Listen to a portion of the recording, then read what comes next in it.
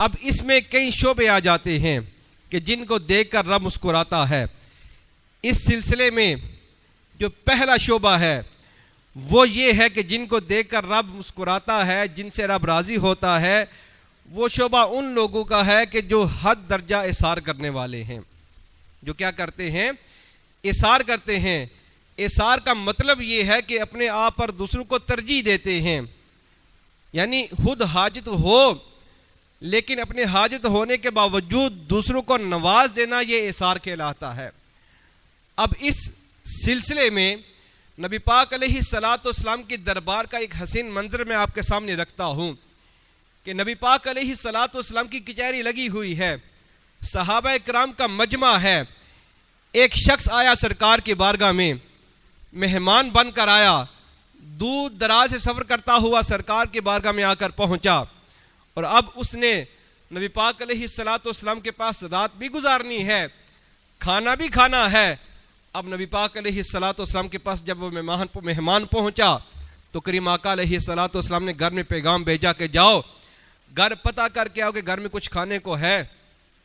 جب پیغام بھیجا تو جواب آیا کہ یا رسول اللہ گھر میں کھانے کے لیے کچھ نہیں ہے، گھر میں کھانے کے لیے کچھ بھی نہیں ہے۔ اب کریم آقا علیہ الصلاۃ والسلام نے صحابہ کرام کے مجمع میں اعلان کر دیا کہ کون ہے جو میرے اس مہمان کو آج رات اپنے گھر میں مہمان بنائے گا، کون ہے جو اس میرے مہمان کو اپنے گھر میں لے جا کر اس کو کھانا کھلائے گا۔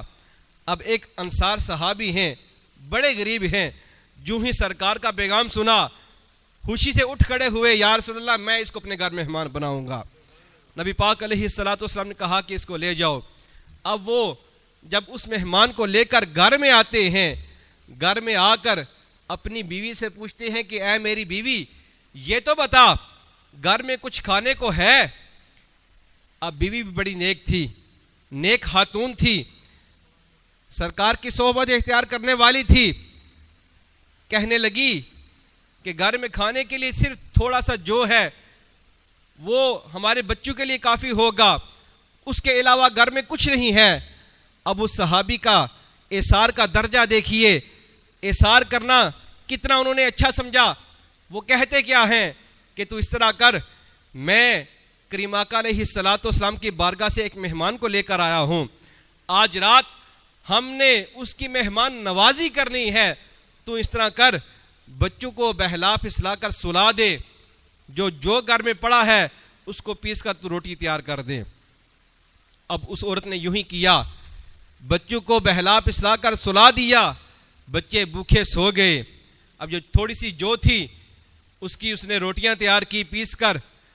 اب خاوند کیا کہتا ہے کہ اے میری بیوی تو نے یوں کرنا ہے کہ جب تو رات کو کھانا لے کر آئے گی تو تو نے دیا ٹھیک کرنے کے نیت سے اس کو بجھا دینا ہے کہ جب ہم مہمان کو کھانا کھلائیں اس کو یہ محسوس ہو کہ ہم بھی اس کے ساتھ کھانا کھا رہے ہیں، تم نے بھی منہ ہلانا ہے، میں بھی منہ ہلاؤں گا کہ اس کو یہ پتہ چلے کہ ہم بھی اس کے ساتھ کھانا کھا رہے ہیں۔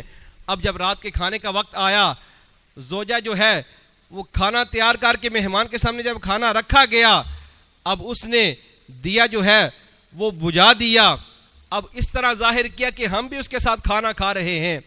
اب جب کھانا کھلایا وہ مہمان سو گیا۔ جب صبح فجر کا وقت آیا، فجر کا جب وقت آیا، اب وہ صحابی اٹھے، مہمان کو اٹھایا، وضو کیا۔ اب جب سرکار کی بارگاہ میں حاضر ہوئے تو نبی پاک علیہ الصلاۃ والسلام صحابی کو دیکھ کر مسکرانے لگے۔